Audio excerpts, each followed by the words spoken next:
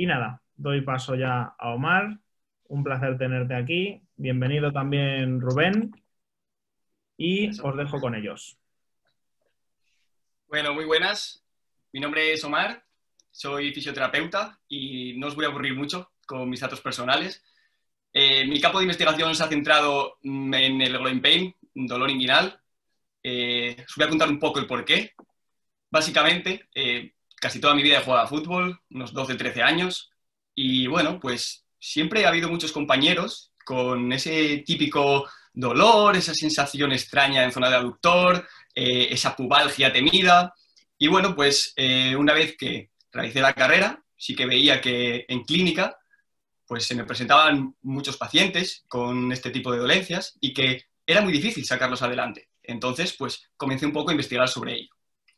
Como lleváis muchas ponencias ya escuchadas, pues mi idea es un poco llevar el camino de la teoría a la práctica. Y para ello cuento con Rubén, que le hice una embarcada de la hostia. No sé si está por ahí. Rubén, Sí, para que des un poco... ¿Estás por ahí, no, Rubén? estoy aquí, atento. A ver, Rubén es un paciente mío, ¿vale? Es un paciente mío real. Y al principio os voy a poner un poco en situación sobre la evidencia actual del dolor inguinal, un poco sobre todo en el fútbol, como veremos a continuación, y después pondremos un caso práctico. Y será incluso él mismo el que os dirá cómo ha fluido todo. ¿Vale? Entonces, vamos allá. Lo primero, bueno, abordaremos ciertas características, cierta teoría en cuanto a la epidemiología, en qué deportes es más frecuente este tipo de lesiones y en qué número también. Características típicas de esta lesión, un poco la terminología, un campo bastante complicado, la valoración y el tratamiento. Entonces, vamos allá. Vale, en lo que respecta a la epidemiología, decir que los deportes con una mayor incidencia de lesiones de groin, lesiones inguinales, son el hockey y el fútbol, ¿vale? Esto es debido básicamente a las demandas de estos deportes, sobre todo cambios de dirección y en el caso del fútbol también sumamos esos golpeos, esos sprints, aceleraciones, deceleraciones. Como tenemos a Rubén, pues me he enfocado mucho sobre todo en el fútbol, ¿vale? Decir también que casi toda la evidencia existente, que no es mucha, desgraciadamente, es sobre el fútbol. Así que vamos a intentar hacer de un tema muy complejo algo simple, ¿vale? Así que si en cualquier momento no entendéis algo, hacérselo saber a Adri y que me lo comente. Vale, en lo que respecta a la epidemiología, en el fútbol masculino sabemos que existe una alta incidencia de lesiones, de hasta una cada 1000 horas. La incidencia lesional es mayor en partidos que en entrenamientos, ¿vale? Incluso lo cuadruplica. Partidos tenemos hasta 3,1 cada 1000 horas. Sin embargo, en entrenamientos 0,6 cada 1000 horas. Aquí recoge lesiones tanto agudas como crónicas, ¿vale? La prevalencia también es bastante alta. 21% de jugadores sufren lesión de groin durante la temporada. Y esto hace que tengamos 6-7 lesionados de groin por temporada en una plantilla de 25 jugadores. Os voy a explicar un poco esto porque hay que comprender un poco la metodología de los estudios de investigación epidemiológicos. Y es que en este tipo de casos, estos estudios, que son sobre todo estudios de la UEFA, recogen lesión con un concepto que se conoce como time loss injury. Este tipo de lesiones son lesiones que generan ausencia de entrenamiento o partido. Es decir, tengo un jugador que se ve obligado a abandonar el entrenamiento o el partido y entonces recojo sus datos. Este típico jugador que, bueno, golpea puerta, le da un trayazo en su aductor y tiene que abandonar o el entrenamiento o el partido. Ese sí lo recogemos. Pero un jugador con molestias que no abandona entrenamiento o partido, no lo recogemos. Entonces, aquí se suma el primer problema. ¿Qué estamos pasando por alto realmente? Los problemas de groin, los problemas de ingle, en futbolistas son más comunes de lo que se ha reportado previamente.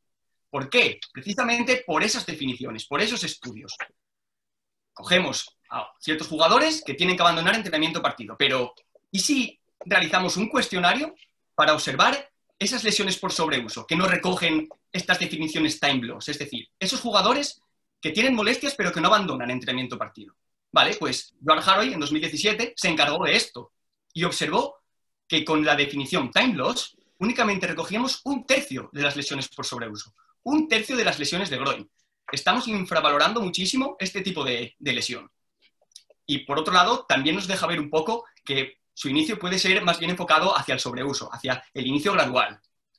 Después tenemos a Robert Langwood en 2019, quien nos muestra en su estudio que la cadera o ingle es la región más afectada en lo que respecta a no time loss, recalco, no time loss, ese tipo de lesiones que generan molestias pero que no abandonan entrenamiento ni partido, en futbolistas femeninas, hasta un 17%. Por tanto, otro estudio, Ernest Steve, en este caso ya investigador aquí en España, en la Liga Española, nos dice que con la medición time loss solamente recogemos un 10% de todos los problemas de groin. Vale, también comprender que puede haber un sesgo en estos estudios y es debido a la fase de la temporada en la que nos encontremos, debido al equipo, debido al perfil fisiológico de cada jugador. Bueno, pues al final pueden aparecer bastantes variaciones entre unos estudios y otros. Pero un poco para saber el problema al que nos enfrentamos. Pero la ciencia avanza. ¿Y si además estamos infraestimando aún más las lesiones no time loss? Es decir, fijaos en el cuadro. Yo, para que un futbolista sea considerado lesión time loss, tiene que abandonar entrenamiento partido. Pero en estos estudios, para que sea considerado no time loss dentro de este grupo, tiene que haber una pérdida de rendimiento. Si nos fijamos en el cuadro, vamos a tener una serie de jugadores que no tienen dolor, ¿vale? Aquí no existe dolor. Entonces, basándonos en un cuestionario VAGOS, que recoge unas cuantas subescalas, es decir, va a recoger escalas de dolor, escalas de rendimiento, que son las que nos muestran aquí, que es dolor. PA se refiere a rendimiento en actividades físicas, que son las que nos vamos a quedar, pero también recoge calidad de vida, recoge también actividades de la vida diaria, etc. Entonces nos vamos a encontrar varios grupos, ¿vale? Nos encontramos un grupo que es de no dolor, un grupo donde mi jugador va a tener un rendimiento normal y dolor, es decir, peores puntuaciones de dolor y similares puntuaciones a un grupo control, un grupo de no dolor, en rendimiento. Mantiene rendimiento, pero tiene dolor. Un grupo que vamos a considerar no time loss, que tiene dolor y reducción de rendimiento. Perdona que te moleste, Omar. Cuéntame. Dale arriba a la pantalla, ¿vale? Donde te aparece que estás compartiendo pantalla. Dale a los 3 puntitos, al más. Sí. Y dale a inhabilitar lo de los participantes. Vale, ya está. Para que no puedan escribir. Vale, perfecto. Listo. Perdón. Vale, nada. Seguimos. Lo dicho, tenemos otro grupo que va a ser ese grupo de no time loss, donde sí que existe una reducción de rendimiento y también existe dolor. Y tenemos otro grupo, que es el de time loss, donde va a existir reducción y no rendimiento. ¿Por qué? Porque el jugador no está jugando, ¿vale? Entonces vamos a tener más grupos. Es decir, estamos infraestimando aún más las lesiones de groin. Vamos a tener futbolistas con rendimiento similar, pero con dolor. Esto se ve también en otros estudios. Por ejemplo, en 1999, ya Pierre Holmich lo observó en su estudio, que existían jugadores con experiencias previas de dolor de groin, que en el momento se encontraban totalmente rehabilitados, con bastante rendimiento, un rendimiento similar al previo a la lesión, pero que aún así tenían peores puntuaciones en escala AGOS, ¿vale? Pero también hay que tener en cuenta que se trata de un cuestionario, ¿vale? Está sesgado también. Pero bueno, nos deja ver otra vez la complejidad de esta lesión. Entonces, continuamos. Vamos un poco a las características de las lesiones de groin. Un poco, digamos que orientado a la elaboración de planes preventivos. Cuando hablamos de las características de las lesiones de groin, sabemos que un 58% se dan en el lado dominante, un 36% en el no dominante y un 6% son bilaterales. Vale, esto también tiene una gran variabilidad entre estudios, ¿vale? Pues vuelve a ser un poco lo mismo, en función al equipo, táctica ofensiva, defensiva, a la liga, terreno de juego, factores intrínsecos y extrínsecos, vamos a encontrar variabilidad de resultados. Pero bueno, destacar que aquellas lesiones bilaterales suelen cursar con un peor pronóstico.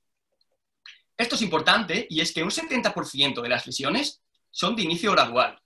Luego lo veremos con Rubén, como ha sido un poco su caso, pero son de inicio gradual. Esto ya nos deja ver que el jugador comienza con molestias. Como hemos visto antes, estamos infraestimando gran parte. Comienza con molestias, pero no lo obliga a abandonar la práctica deportiva. El ratio de recurrencia es alto, hasta un 25%. Esto también es importante y es que una lesión de groin es factor de riesgo de otra lesión de groin.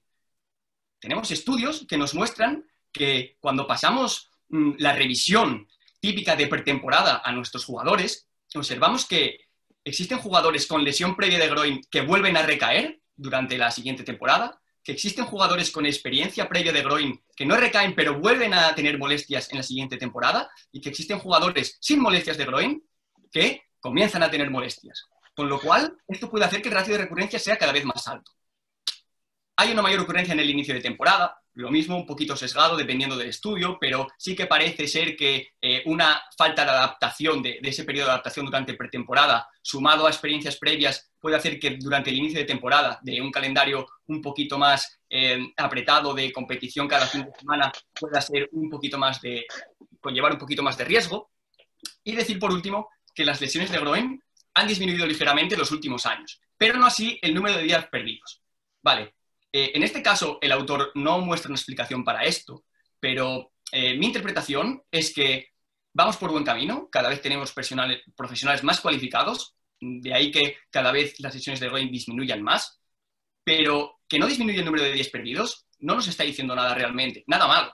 Y es que puede ser que cada vez seamos más conservadores en lo que respecta al tratamiento de esta lesión. Es decir, en ese proceso de rehabilitación, desde que mi paciente acude a consulta hasta que vuelve a jugar, pues estiramos todo ese proceso y hacemos que llevemos a nuestro jugador a una mayor seguridad, ¿vale? Es decir, ampliamos ese periodo de return to play. Un mayor número de días hasta la vuelta al juego. Terminología. Vale, terminología que no debe ser utilizada y esta todos las hemos escuchado. Ese típico paciente, por ejemplo, vamos a poner el caso de Rubén, ese típico paciente, lo vamos a poner con un caso práctico, que acude a consulta con un dolor tras un golpeo, en zona de aductor, que le incapacita para seguir jugando y estamos ante un dolor agudo, le incapacita para seguir jugando, le incapacita para seguir entrenando y se le irradia, tiene molestias en la zona del pubis. Bueno, acude a consulta y su fisio de confianza le dice que tiene pubalgia. El tratamiento estándar es una descarga de aductores, incluso punción seca, me he visto EPIs en pubis, cualquier tipo de tratamiento normalmente pasivo. Tras varias semanas, pues Rubén no mejora.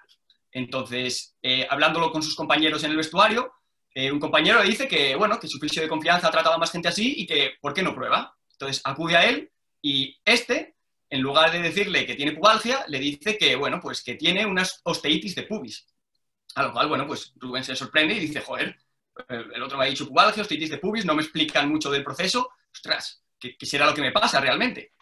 Nada, pues el tratamiento es bastante similar. Una terapia muy pasiva, comienzan con un poco de estiramientos, etcétera, etcétera.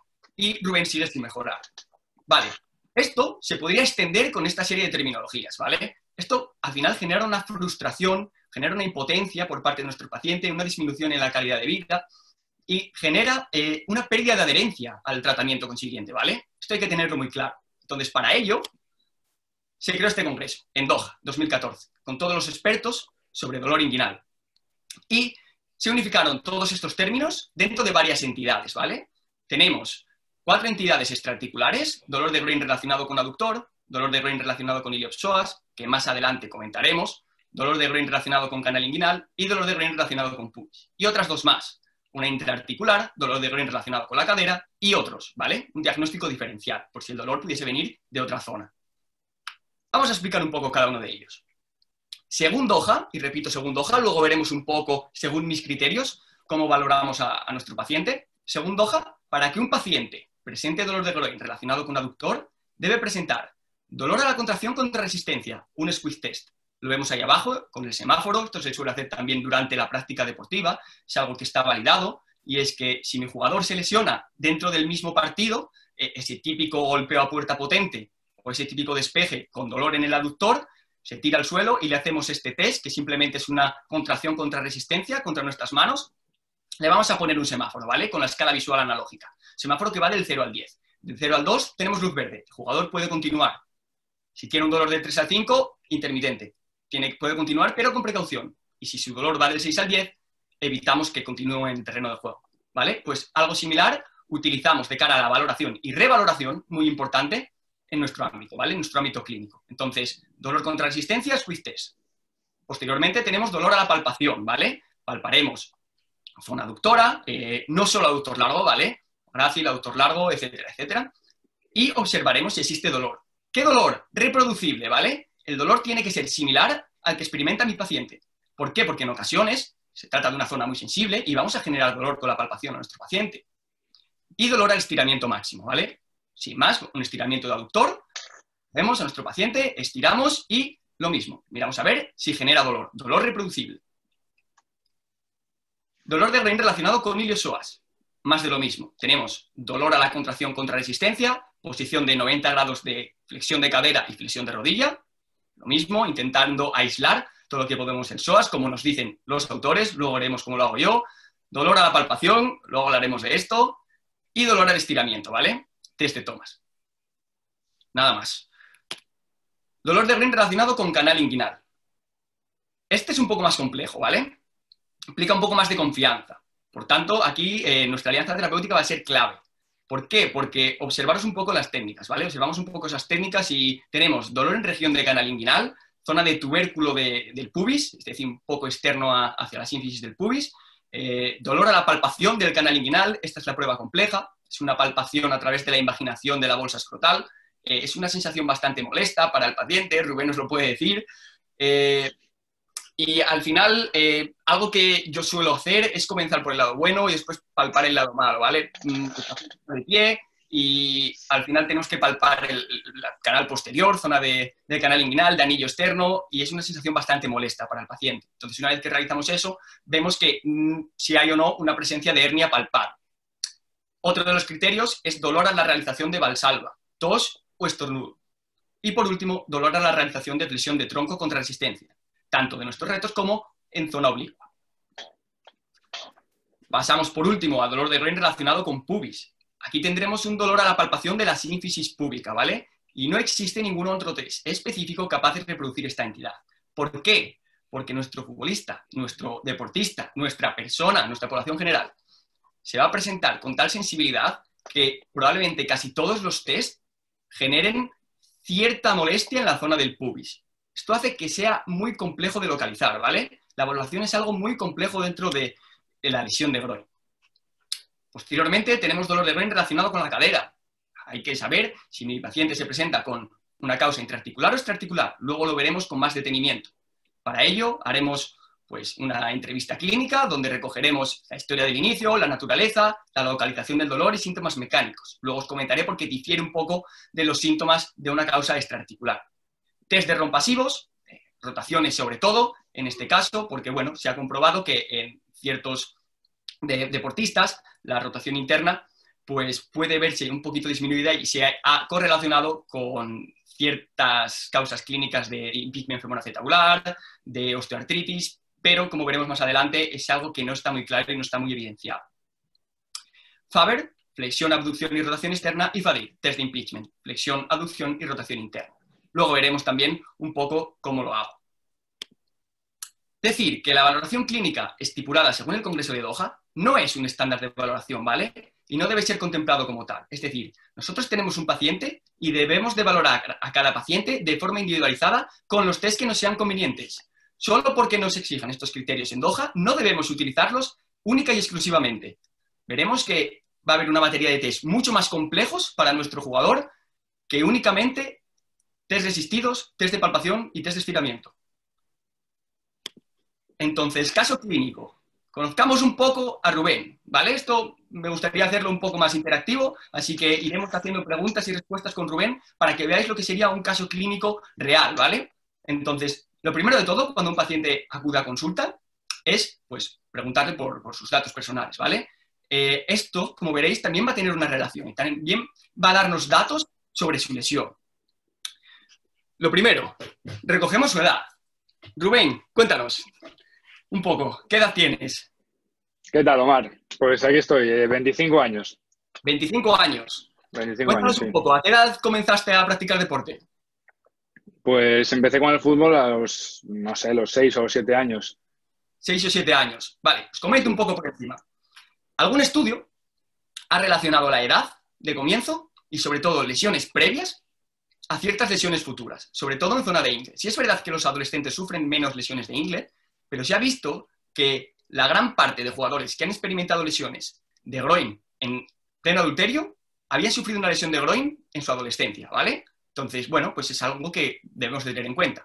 En cuanto a la edad de comienzo del deporte, también se ha observado que aquellas personas que comenzaban a practicar deporte por debajo de los 12 años tenían ciertas adaptaciones en la cadera, al tratarse de un deporte de impacto, que podían cursar con deformaciones tipo CAM, pincer, bueno, son factores de riesgo de desarrollo de impeachment femoroacetabular, por ejemplo. De hecho, se observa que un gran número de deportistas, de jugadores de fútbol, pues presentan esa patología, presentan impeachment femoroacetabular, ¿vale?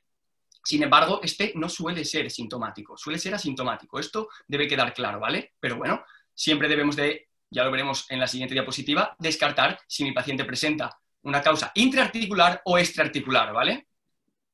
Cuéntanos, ¿tuviste alguna lesión en tu carrera deportiva?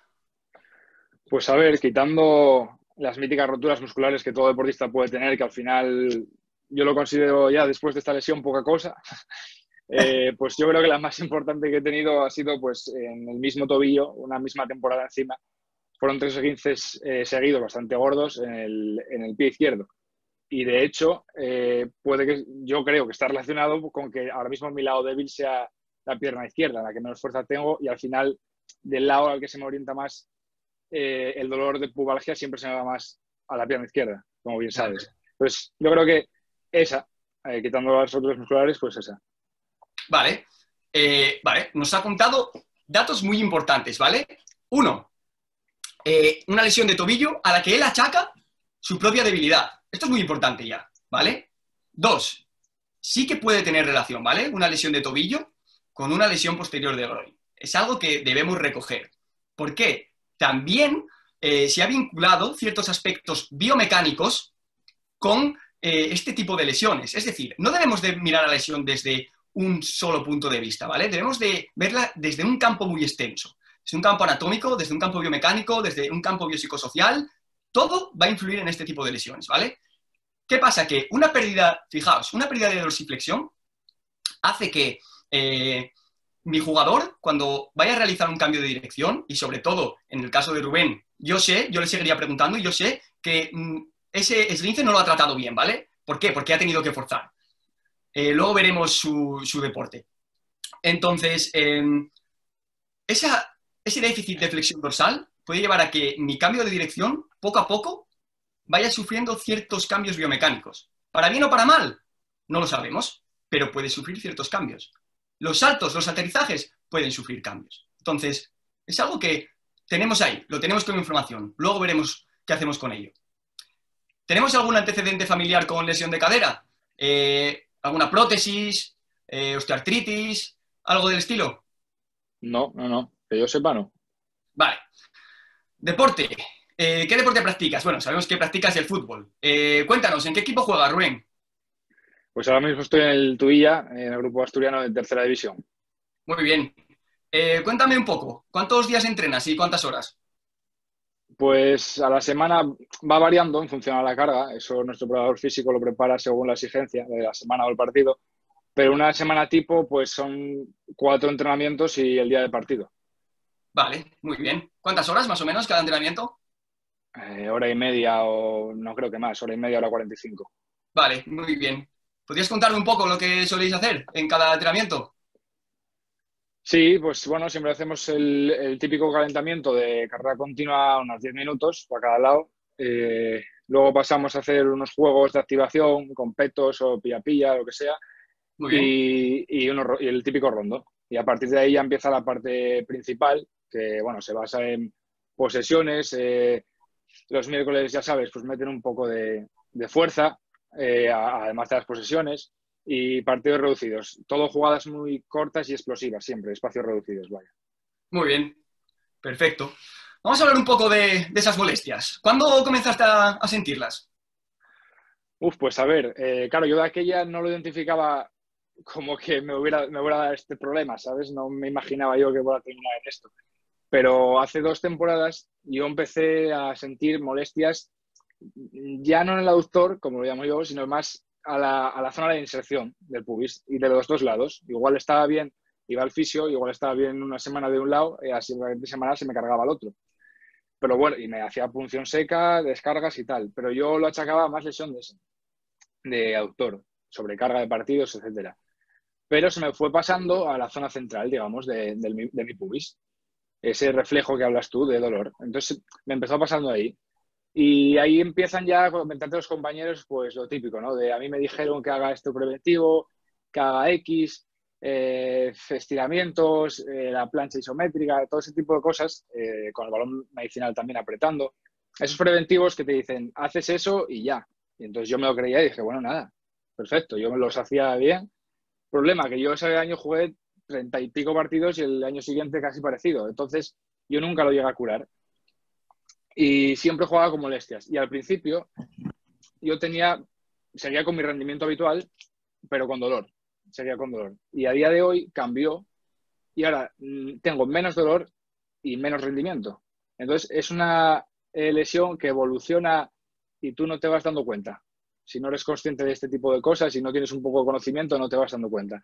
Entonces es un proceso largo, fue de menos a más y claro, pasé por muchos fisios, etcétera, que te daban eso, el tratamiento conservador y pues difícil de llevar, difícil. Vale, muy bien, increíble. Fijaos, tenemos casi todo lo que he dicho en un solo paciente, ¿vale? Tenemos, esto os lo vais a encontrar muy a menudo, un paciente que ya ha pasado por muchos centros o ha pasado por muchas manos, por muchos sitios y que tiene una evolución larguísima de su lesión, ¿vale? En este caso estamos hablando de 2 temporadas con inicio de dolor. Tenemos un paciente que los estudios al inicio no recogerían.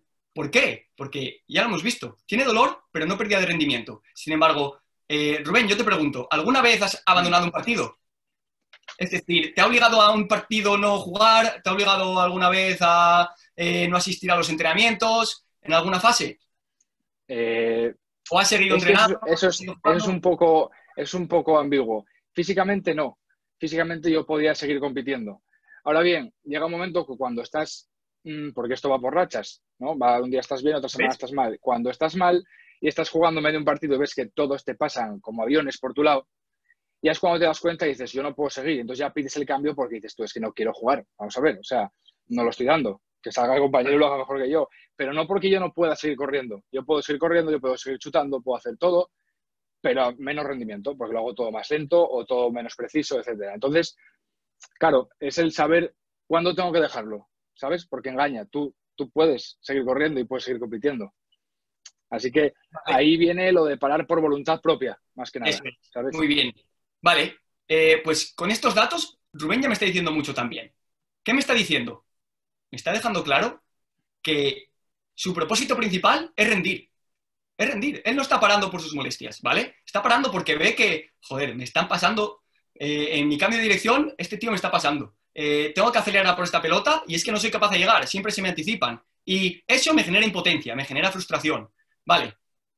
Si observamos los agos de estas personas, los cuestionarios que os he dicho antes, observamos que en el 80% los peores resultados se los lleva la calidad de vida. ¿Vale? Esto es muy interesante y algún día lo hablaré con Pinteño. Es muy interesante y es algo que hay que tener muy en cuenta, ¿vale? Entonces, bueno, pues ya tenemos bastantes datos. Hay que descartar banderas rojas, pérdida de peso, dolor muy grave nocturno, cáncer, etcétera, etcétera. Y tratamientos previos que él mismo nos ha dicho, ¿vale? Siempre muy pasivos, con masaje, punción seca, etcétera, etcétera. Entonces, bueno, ya tenemos la entrevista realizada y vamos a realizar el cuestionario, ¿vale? En mi caso, tras una entrevista yo realizo el cuestionario. Lo realizamos y una vez que yo voy a valorar a Rubén, yo más o menos tengo que tener claro si estoy ante una causa intraarticular, una causa extraarticular o otros. Y el cuestionario me va a ayudar mucho a eso, ¿vale? Porque me va a recoger preguntas tales como, vamos a hacerle alguna a Rubén. ¿Ese dolor que siente Rubén es un dolor muy profundo o más bien lo localizas tú a punta de dedo? Cuéntame.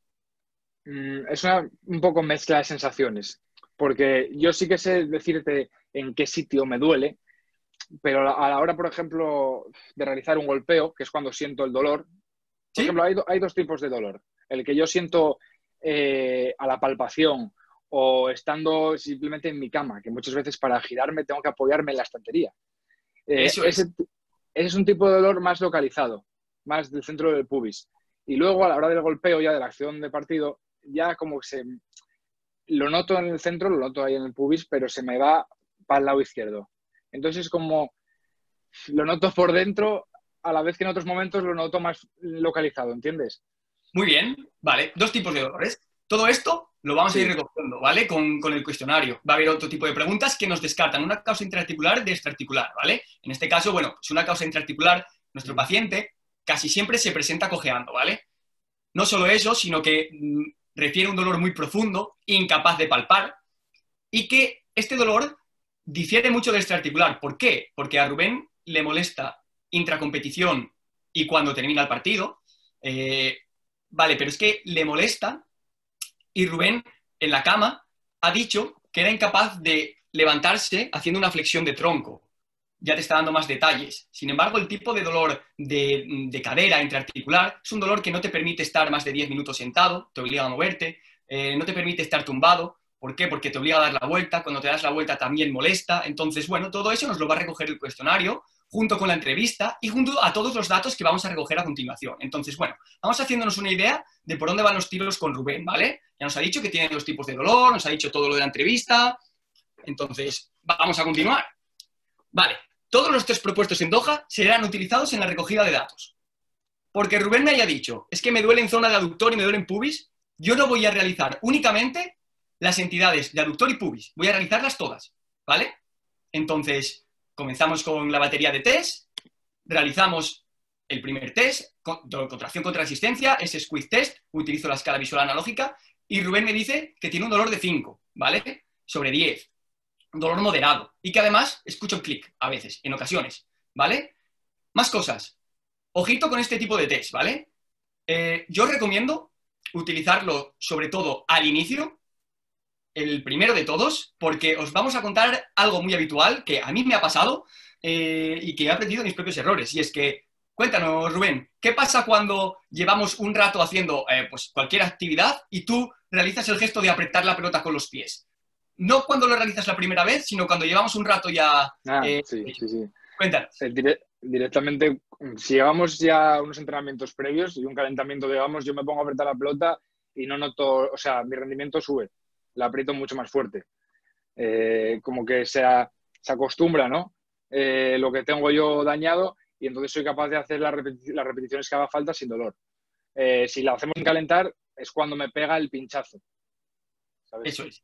¿Vale? Esto es muy importante. ¿Por qué? Porque si yo, al final, la batería de test también supone una serie de resistencia, supone de test contra resistencia, supone una serie de movimientos. Esto puede hacer que, bueno, mi jugador entre un poquito en calor. Y al final, es algo que he visto en numerosos pacientes. Cuando la zona calienta, mi jugador es capaz de rendir. Esto es algo típico de ese inicio gradual, ¿vale? De esa lesión por sobreuso. Y por eso permite a Rubén jugar también los partidos, ¿vale? Y al final es algo que... Dicho Plata nos está jodiendo. ¿Por qué? Porque Rubén casi nunca se ve obligado a abandonar el partido y siempre continúa, ¿vale? A no ser por ese rendimiento. Entonces, pasamos al siguiente test. Pasamos a la palpación. Tenemos un dolor reproducible en inserción proximal, ¿vale? Es decir, cuando palpamos ese tendón, arriba justo hay molestias, pero justo arriba del todo, ¿vale? Es reproducible porque es una sensación similar a que él nota, ¿vale? Entonces... Más cosas que podemos saber de esto. Hace nada, aunque Rubén se trate de un caso crónico, un caso de inicio por sobreuso, hace nada ha salido un estudio, en este mismo 2020, que nos habla de, digamos, el pronóstico, entre comillas, si mi jugador está afectado en inserción proximal o si más bien es zona central, inserción distal, ¿vale? De aductor. Cuando mi jugador se presenta con un caso por sobreuso, normalmente, el dolor suele presentarse en inserción proximal. Sin embargo, cuando es un dolor agudo, ese típico golpeo que siempre pongo, difiere mucho de este crónico, ¿vale? Puede ser en zona media, puede ser en inserción proximal, pero casi nunca suele ser en inserción proximal. Entonces, este estudio lo que ha hecho ha sido valorar la relación entre el dolor a la palpación, inserción medio-distal, y resonancia magnética, y asociarlo o correlacionarlo al return to play. De este modo, ha visto que aquellos jugadores con un dolor en inserción proximal tenían un peor pronóstico. Su return to play se retrasaba 4 a 11 semanas. Sin embargo, aquellos que era zona media distal tenían un return to play mucho más temprano, de entre 2 y 4 semanas, ¿vale? Esto es algo que, bueno, a modo de dato hay que tenerlo en cuenta, sobre todo para esos casos agudos. No nos, digamos que no nos viene al caso para Rubén, pero esto es algo que hay que tener claro. Dolor al estiramiento máximo, en este caso negativo, ¿vale? no hay molestias. Pero a mí me gusta realizar otro test y este test es contracción en estiramiento máximo, ¿vale? En el fútbol, en este caso, van a acontecer una serie de acciones que exigen un estiramiento máximo y una contracción brusca de ciertos grupos musculares. El aductor es uno, ¿vale? No lo he dicho antes, pero bueno, la posición en la que juega Rubén lo sé y lo doy por hecho. Cuéntanos un poco de qué juegas, Rubén. Sí, juego de extremo o delantero, pero bueno, sí, en banda, extremo. Así que estoy todos los días haciendo, pues eso, cambios de ritmo explosivos y demás. Y entonces al final, según la posición del campo que ocupes, yo creo que a uno le puede perjudicar más que a otro. A mí, por ejemplo, me quita, digamos, las cualidades por las que yo ocupo ese puesto. Entonces, bueno, eso. Al final, una de las cosas buenas que tiene Rubén es que él te lo dice todo, ¿vale? Cuando yo lo he valorado y he llevado a consulta, él me ha dicho, Omar, tío, es que yo soy un jugador muy explosivo y yo vivo de mis cambios de dirección, yo vivo de mis aceleraciones y ahora mismo con esta lesión me lo está quitando todo, ¿vale? Y ya te está dando muchos datos, ¿vale? Es un detalle muy importante. Entonces, por eso he decidido realizar este tipo de test, ¿vale? Dolor a la contracción en estiramiento máximo. ¿Por qué? Porque un cambio de dirección o una situación de alcance de pelota, de reach, donde, por ejemplo, en centrales es algo más habitual, un balón a la espalda que intentas cortar, va a acontecer una contracción en estiramiento máximo. Aquí tenemos un positivo, pero una ligera molestia, que ni siquiera llega a molestia, es una sensación distinta. Pasamos, pues, a dolor de groin relacionado con flexores de cadera. ¿Qué test vamos a realizar aquí?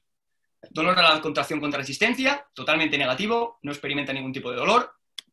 Palpación, no suelo realizarla, ¿vale? Hay algún autor que habla de que cuando palpamos los flexores de cadera en un futbolista lesionado de groin, y este relacionado con flexores de cadera, presenta una mayor sensibilidad en comparación al lado contralateral. Pero es una palpación muy superficial, ¿vale? No es lo que estáis acostumbrados a ver de meter la mano justo en zona de psoas, el cual no llegaremos a palpar en inserción proximal, y en zona distal.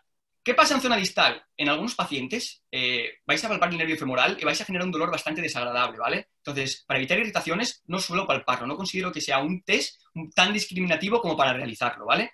Considero que puede ofrecernos muchos más perjuicios que beneficios.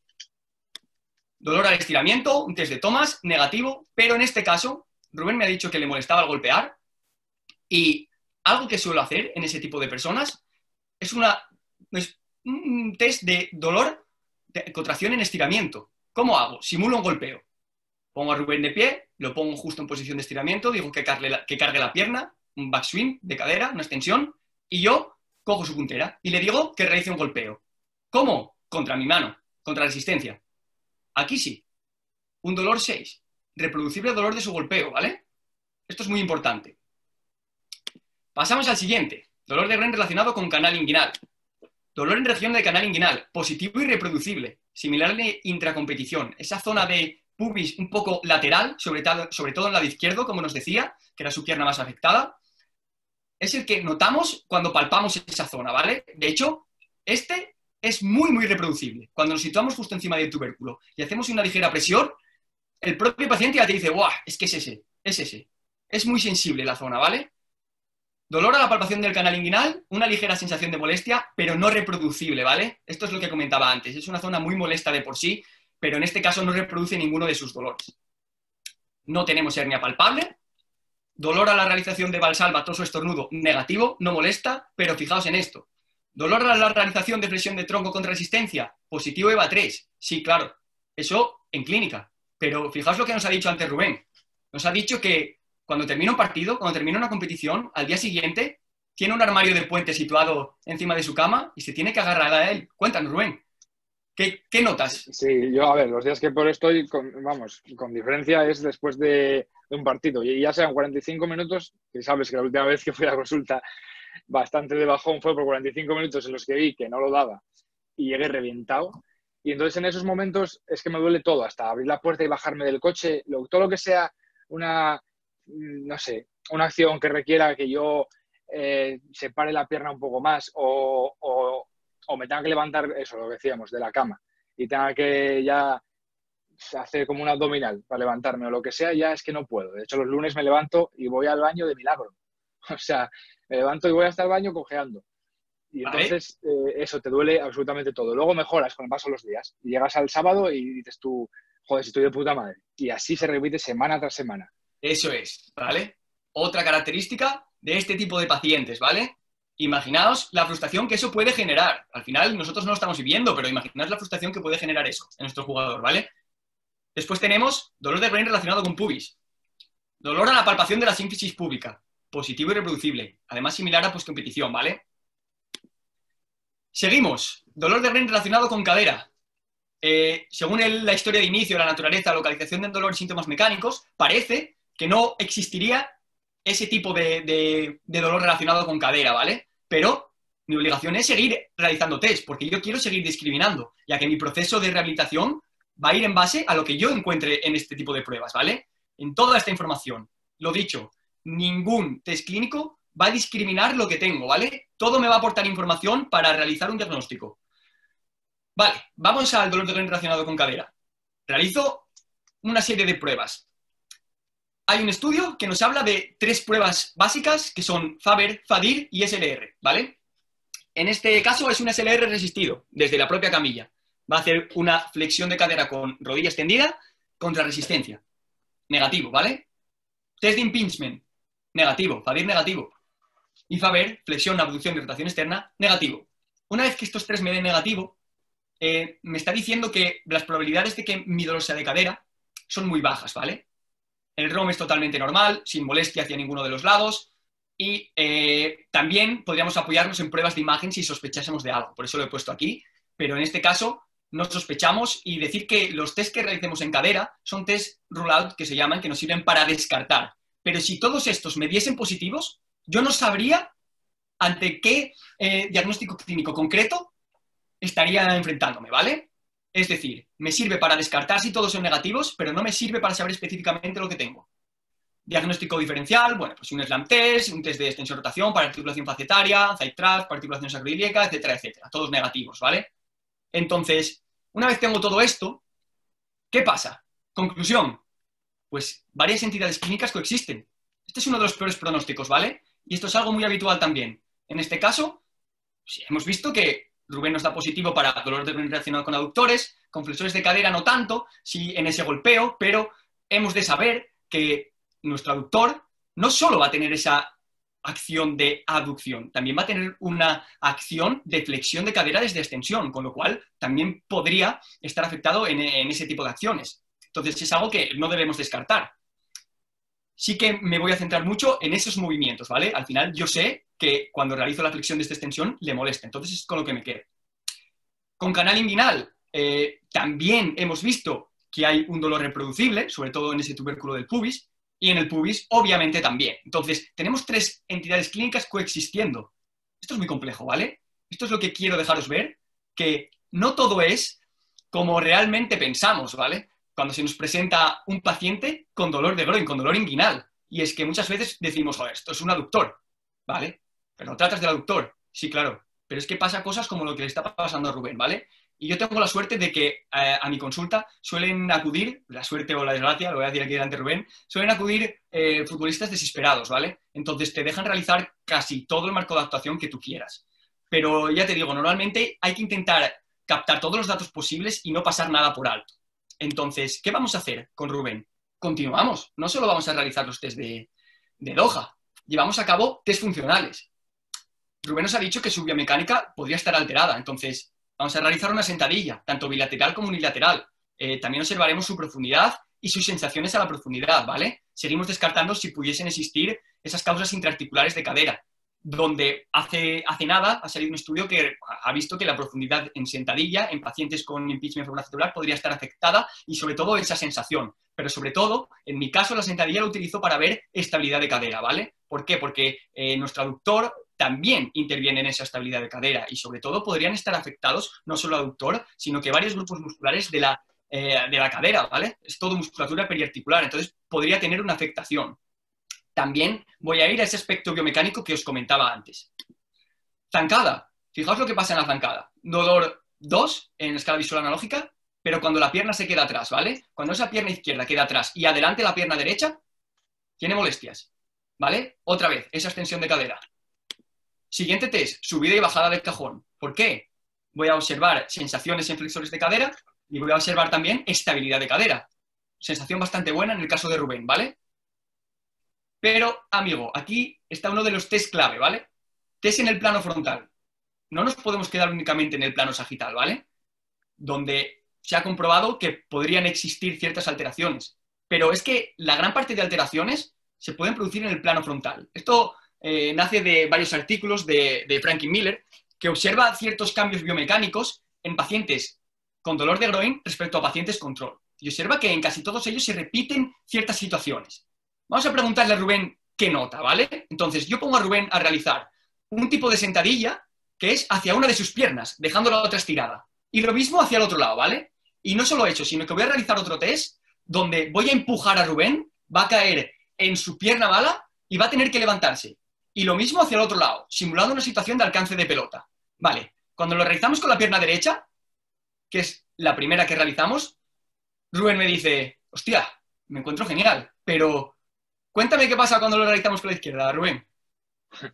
Pues con la derecha sí lo que tú dices. El movimiento es muy natural y todo perfecto, pero cuando me voy al lado izquierdo no llego a tener esa, es que no sé cómo, ese ángulo o esa posición correcta que demanda el ejercicio de la sentadilla. Al final mi tronco se echa hacia adelante, mi pie se levanta, como que instintivamente por el dolor mi cuerpo adquiere una posición que no es natural para realizar ese ejercicio y al final, pues eso, un poco todo. No hago el mismo ejercicio de un lado que de otro.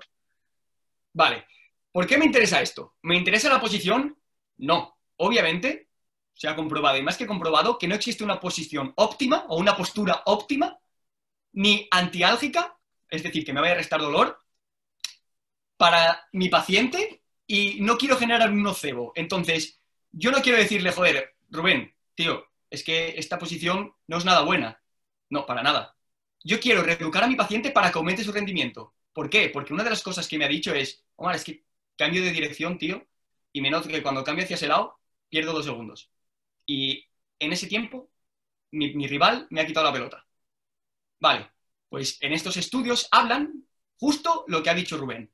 Este tipo de pacientes, normalmente, como estamos tratando ante pacientes con un dolor crónico, con tanta evolución, fijaos 2 temporadas, tienden a adoptar ciertas posiciones, ciertas posturas para salir de ese dolor. ¿Por qué? Porque está entrenando con dolor, está compitiendo con dolor. Y eso está haciendo que su rendimiento empeore. Entonces, no estoy buscando una eficiencia de ese gesto para evitar dolor, no, estoy buscándolo para mejorar su rendimiento. Y probablemente al final esté consiguiendo ambas, ¿vale? Entonces, realizo un test en el plano frontal. Hay que decir también que todo este tipo de test, en plano frontal en clínica, sentadillas, para nada se van a asociar a acciones deportivas, ¿vale? Cuando estamos hablando de una acción deportiva, como es un cambio de dirección, no hay mejor cosa que realizar un cambio de dirección. Un sprint, no hay mejor cosa que realizar un sprint. Pero bueno, todo me está aportando datos. Test de fuerza aductora. No es un test fiable, ¿por qué? Porque en mi caso lo realizo con un esfingomanómetro, un aparato para medir la tensión. No es fiable porque al final no hay estudios que lo corroboren, sobre todo en función a comparación de una pierna y otra. Sí hay estudios que lo aceptan y lo consideran válido para revalorar, es decir, yo mido la fuerza de Rubén ahora, llevo a cabo mi protocolo y mido 3 semanas después a ver si esa fuerza ha aumentado en la misma pierna, ¿vale? Pero en el caso de Rubén sucedía algo muy obvio, muy, muy obvio, y es que cuando tenía que apretar con su pierna derecha el esfingomanómetro, os puedo decir la marca, era de 150, 160 milímetros de mercurio, era, bueno, una marca estándar muy buena, ¿vale? Pero es que cuando apretaba con la izquierda no llegaba a 100. Y él mismo te decía, hostia, no he apretado nada, ¿no? Y es que así era, no apretaba nada. Entonces, joder, me está dando detalles, ¿vale? Me está dando detalles que podría existir un déficit en mi musculatura aductora, ¿vale? Una pérdida de fuerza. Entonces, es otro dato que tenemos. Test de rendimiento clínico. ¿Para qué utilizo estos test de rendimiento clínico? Sobre todo de cara a la revaloración, ¿vale?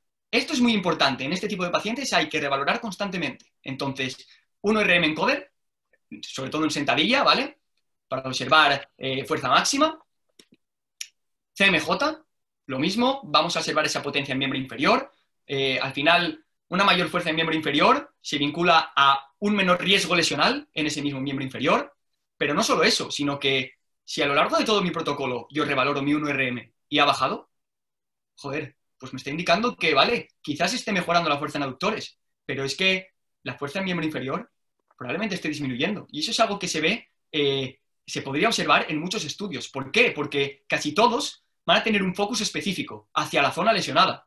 Y como veremos, este no es el caso, ¿vale? Un triple hop, lo mismo para medir distancia horizontal, para medir fuerza horizontal. Cogemos a Rubén y le mandamos que con una pierna realice un salto a una pierna hacia horizontal y lo mediremos con una cinta métrica, ¿vale? A ver cuánta distancia es capaz de lograr. Y un salto lateral, ¿vale? En este caso, con el salto lateral valoraremos sobre todo aspectos biomecánicos, salto lateral de una valla, y lo grabaremos a cámara lenta. Entonces, con esta serie de test, yo comenzaría el tratamiento, con toda la recogida que tenemos, ¿vale? Ese déficit de fuerza aductor, esas molestias en el backswing, en la fase de extensión de cadera, sobre todo cuando vamos a golpear a puerta, esa pérdida de estabilidad, que no os he contado, pero tiene una pérdida de estabilidad sobre todo cuando bajamos en sentadilla unilateral, tenemos una pérdida de estabilidad brutal, pérdida de equilibrio incluso. Entonces, junto a todos esos datos y junto a la entrevista, voy a crear un tratamiento. ¿Qué pasa con la evidencia en función a mis pacientes y qué pasa con la ciencia? Pues que a menor calidad del estudio, como vemos aquí, mayor éxito en el tratamiento. Vale, únicamente existen 2 estudios de mayor calidad y no son reproducibles. Uno ya es de 1999, ¿vale? De Pierre Holmich, uno de los expertos mundiales en lesiones de groin. Es uno que subí ayer a Instagram. En ese estudio, lo que se hace es comparar la efectividad de la terapia manual frente al ejercicio en lesionados de aductor, ¿vale? Con dolor crónico de groin relacionado con aductor. Bastante sesgo ya en este estudio porque utilizan unas cuantas pruebas para acuñarlo dentro de la entidad de aductor que ni siquiera podrían estar relacionadas, ¿vale?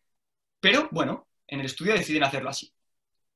¿Qué pasa con esta población? ¿Cuál mejora más y cuál menos? Vale, en este caso, mejora más el grupo de ejercicio. De hecho, se observa que un 79% de los deportistas son capaces de volver al juego con niveles similares a los previos de lesionarse. ¿Vale? Esto es muy importante. Un 79%. Sin embargo, en el grupo de terapia manual, únicamente un 19%. Solamente un 19% con terapia pasiva, ¿vale? Esto hay que tenerlo muy claro, sobre todo a la hora de tratar a mi paciente.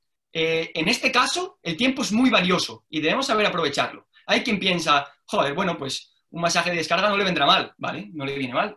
Pero es que yo prefiero utilizar ese tiempo en realizar otro tipo de cosas, ¿vale? Hay que tenerlo claro.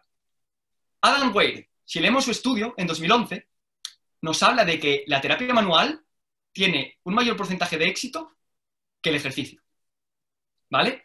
Nos habla de tasas de return to play similares, pero en menor tiempo. Solo en 13 semanas son capaces de volver.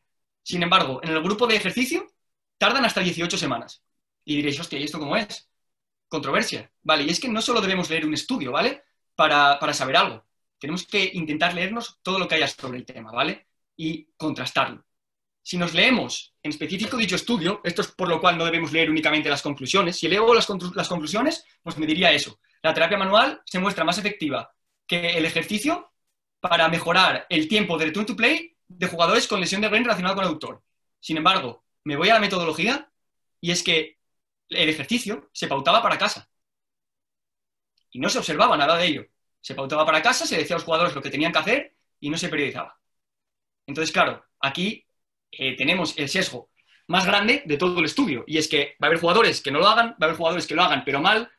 Entonces llegan a la conclusión en una revisión sistemática que la intervención, el entrenamiento, va a tener que ser bajo supervisión, ¿vale? Esto es muy importante también. Entonces ya sabemos que, bueno, que el ejercicio en ese aspecto podría ser una herramienta muy útil.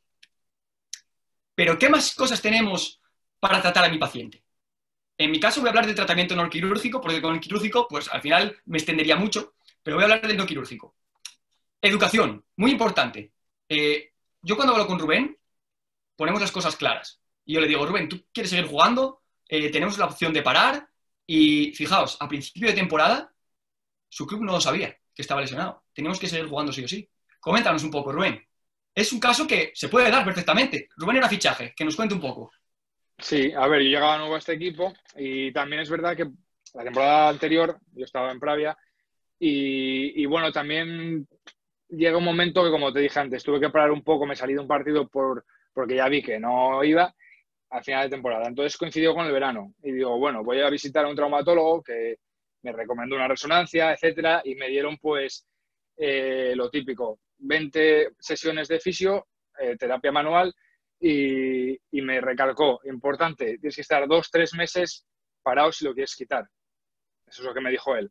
Problema, yo llego a un equipo nuevo, al final, como ya pasó un mes, yo en mi vida diaria el dolor se me redujo y todo el mundo, y bueno, hacía algún ejercicio tal por mi cuenta y no lo estaba haciendo bien, pero yo creía que sí. Y entonces digo, bueno, mira, voy a confiar en que como pasó un mes y pico, puedo rendir bien otra vez. Y así fue, rendí bien otra vez. Bueno, luego tuve una lesión muscular que me tuvo un mes apartado, entonces mi pretemporada fue un poco rara. Pero a fin de cuentas estuve 2-3 meses, principio de competición, rindiendo bien. Entonces decía, bueno, pero poco a poco volvía. Y de repente un día noté y dije, uy, ya se me está cargando la zona de siempre. Nah, voy a quitarle importancia, será un resto. Pero te vuelve. Tú crees que estás bien y te vuelve. Y volvió, ¿sabes? Entonces, y ahora es el proceso en el que estoy diciendo, oye, yo creía que estaba bien, pero no estaba bien. Y me está volviendo. O sea, que el tratamiento, digamos, conservador manual te puede solucionar, como muchas veces te dije, que eso es analgésico, tío. ¿Sabes? Eso te quita el dolor, pero luego a la larga sigues realizando tu actividad y como sigo con los mismos gestos, con las mismas cosas que mi cuerpo, las mismas posturas que mi cuerpo hace para protegerse, al final vuelvo con los mismos gestos y vuelvo con los mismos problemas a la larga. Así que yo creo que de nada sirve hacer eso si no lo complementas con lo otro, ¿sabes? Muy bien, vale. Pues yo dentro de todo eso le pregunto a Rubén y me dice que bueno, que es fichaje, que en principio quiere seguir entrenando y quiere seguir jugando, que no entra en sus posibilidades de tener la práctica deportiva. Vale, pues aquí ya te toca rucarte la cabeza y decir, vale, pues tengo que idear un plan, un protocolo para Rubén que no va a abandonar entrenamiento y no va a abandonar práctica deportiva. ¿Por qué? Porque, como estamos viendo, tenemos ciertos déficits en ese equilibrio, en esa estabilidad, esa fuerza, esos aspectos biomecánicos que debemos corregir. Pero imaginaos que yo le sumo un entrenamiento general a los entrenamientos diarios de Rubén y a la competición. Me lo cargo, ¿vale? No lo estoy favoreciendo para nada. Entonces, pues tengo que idear un entrenamiento específico para él. Esto es muy importante. Dentro de los pilares básicos del ejercicio tenemos el entrenamiento de fuerza general, lo que hablamos antes, a mayor fuerza en mis miembros inferiores, mayor va a ser esa prevención, eso no podemos dejar que se pierda. Un entrenamiento de fuerza específico, orientado pues a esas zonas de déficit, un reentrenamiento funcional y de equilibrio, endurance en el caso, o resistencia en el caso de que Rubén abandone la práctica deportiva, yo tengo que asegurarme de que puede rendir en su perfil fisiológico, es decir, es extremo. Su número de sprints, su número de aceleraciones, de deceleraciones, de distancia recorrida, va a ser alto, ¿vale? Es una de las posiciones más demandantes. Entonces, mi jugador tiene que estar preparado para ello. Para eso, puedo unirlo al siguiente, readaptación de las demandas deportivas. Esto es muy importante, casi el más importante de todos estos, ¿vale? Diría yo, la readaptación de las demandas deportivas. ¿Por qué? Porque mi jugador tiene que tolerar la carga de entrenamientos y de competición, ¿vale? Si no, pueden ocurrir cosas como esta. Pero esto siempre hay que verlo desde un punto de vista multifactorial, ¿vale? No carga entendida como, joder, vale, pues no soporta los gestos. No, hay muchos más factores que influyen. Entonces, yo os voy a dar el ejemplo, ¿vale? Un ejemplo de un tratamiento que hemos hecho las primeras fases, ¿vale? Donde, pues, estábamos algo peor, la zona mucho más sensible, era justo al inicio. Yo os voy a dar el tratamiento y una serie de consejos. Hemos pautado la sesión a la misma hora y los mismos días. Casi siempre era así, los miércoles a las 3:30, ¿vale? Intentamos así evitar interferencia con el entrenamiento deportivo, con su entrenamiento habitual, ¿vale? Nos costaba decidir cuándo meter la sesión, porque al final los días eran bastante intensos en su club y nos costaba introducir la sesión. Entonces, bueno, al final llegamos a un acuerdo y creíamos que lo mejor era meterlos ese propio miércoles. En el calentamiento mejorábamos la alianza, ¿vale? Hablaba mucho con él, le preguntaba que cómo estaba a nivel de fatiga. Al final compitió el domingo, entrenó el lunes, el martes está descanso, pero el miércoles estaba contigo, iba a hacer doble sesión, siempre encima del paciente. Le preguntaba no solo en la sesión, sino cuando acababa su entrenamiento, qué tal estaba. al día siguiente le pasaba al wellness. ¿Por qué? Porque yo tengo que saber cómo está mi paciente, cómo está reaccionando, cómo está adaptándose a mis sesiones. Hacíamos un poco de movilidad activa preparatoria al trabajo próximo. Y comenzábamos. Fuerza general, sentadilla. ¿Cómo? Con encoder. ¿Por qué? Porque no quiero cargármelo. Y después se iba a entrenar, entrenamiento intenso. Introduzco un parámetro de fatiga del 10%. ¿Qué quiere decir eso? Que si mi jugador supera una fatiga del 10% dentro de la propia serie, el encoder para, ¿vale? Ha impedido y tiene que parar la serie. Lo mismo para el hip thrust, un poquito de cadera, ¿vale? En este caso, glúteo. Las demandas de cadera posterior también van a ser bastante grandes en el fútbol, ¿vale? Entonces, tengo que asegurarme de cubrir todos los aspectos, ¿vale? Con lo que hablábamos antes, no ir en específico a la zona. Entonces, pues en este caso, un hip thrust. Vamos a la fuerza específica. Side lying adductor, ¿vale? Este es un ejercicio donde Rubén se ponía de lado, con la pierna afectada abajo, ¿vale? Y simplemente tenía que hacer una aducción. Este ejercicio, pues, es uno de los que menor activación genera de aductor, uno de los más básicos, y no teníamos ningún problema para realizarlo. Entonces, bueno, pues entraba dentro de nuestros planes. Al final, el hecho de las activaciones es algo que se observa en estudios de electromiografía, estudios bastante sesgados, porque en función a dónde se coloquen electrodos, en función a posiciones, etcétera, etcétera, va a variar mucho el resultado. Pero al final me servía para mejorar la fuerza del aductor, me servía dentro del plan general y nos venía bastante bien. Y squeeze the ball. Este es el ejercicio del que antes os hablaba, ¿vale? Apretar una pelota entre los pies. En este caso, Rubén, las primeras repeticiones, pues casi no era capaz de apretar bien esa pelota. Siempre nos manejábamos con un rango de dolor de 2 sobre 10, nunca pasábamos de ahí.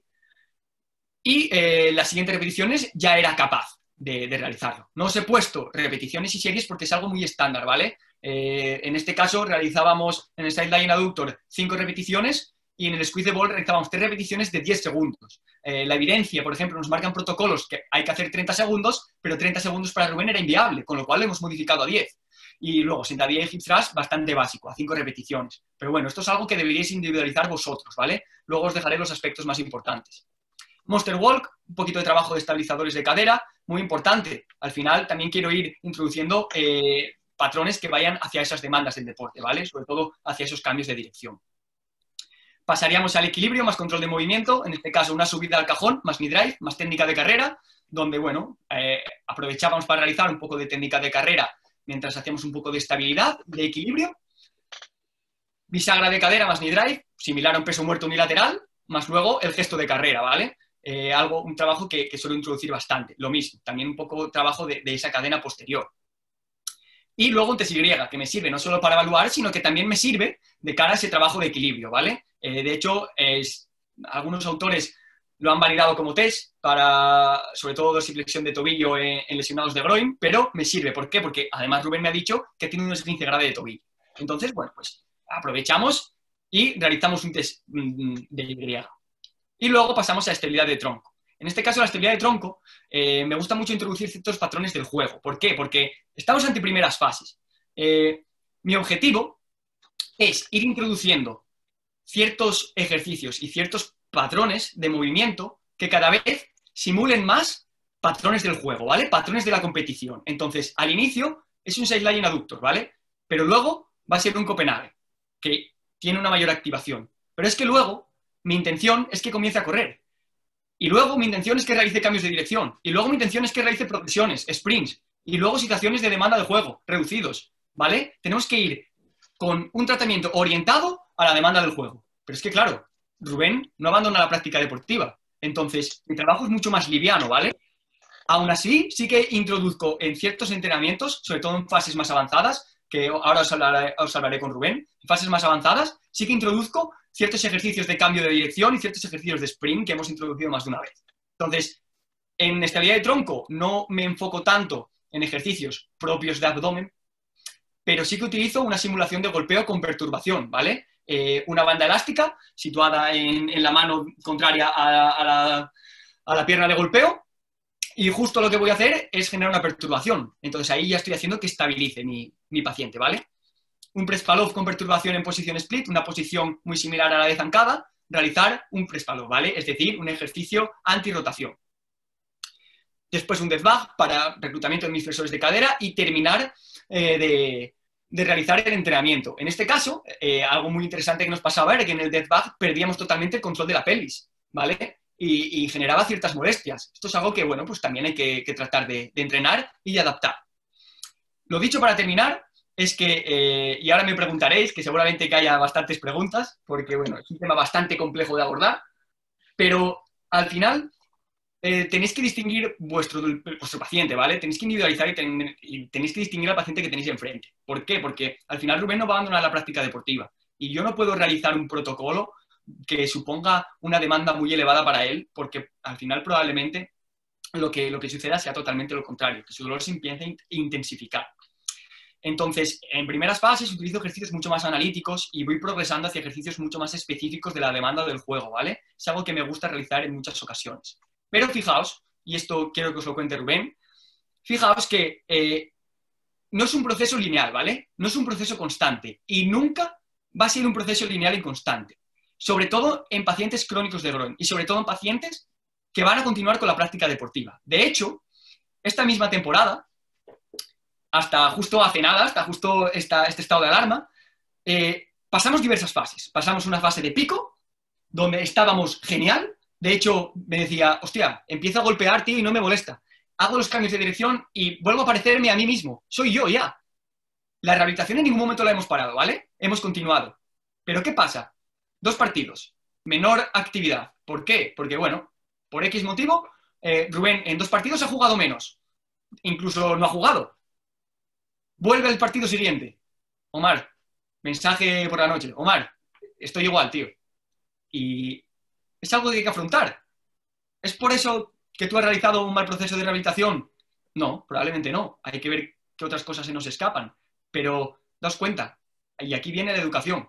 Rubén para nada se lo ha tomado como, joder, Omar, estoy otra vez mal, tío. Yo tengo pacientes que me han dicho, joder, Omar, estoy otra vez mal. Me operaré. Esa es muy típica, me operaré. ¿O qué haré? Pues no, no hay por qué. Al final, yo tengo que educar a mi paciente y tengo que hacerle saber que esto es un proceso totalmente normal dentro de una patología crónica, ¿vale? De hecho, Rubén lo sabía y de hecho lo hemos hablado. Vale, Rubén, dentro de nuestras posibilidades entra que vuelvas a tener ciertos picos de molestias. ¿Por qué? Porque, joder, no hemos podido modular la carga a nuestro gusto, ¿vale? No hemos podido hacer todo por el libro, que sí, dentro de lo que cabe, dentro de lo que fuese posible. Entonces, va a haber fases donde nos encontremos mejor y fases donde nos encontremos peor. Y ahora mismo, a día de hoy, se encuentra entrenando y rehabilitando perfectamente, cada día con menos molestias y, bueno, esperando a ver qué pasa con esto. Así que, por mi parte, espero que os haya gustado y espero que haya quedado un poco claro el tema de lesión inguinal, porque, bueno, al final es un tema bastante complejo y, bueno, pues con este caso he intentado hacerlo todo un poco más simple, aunque, bueno, pues algunos seguro que se va con la cabeza un poco más liada. Pero, bueno, al final ese ha sido un poco mi objetivo.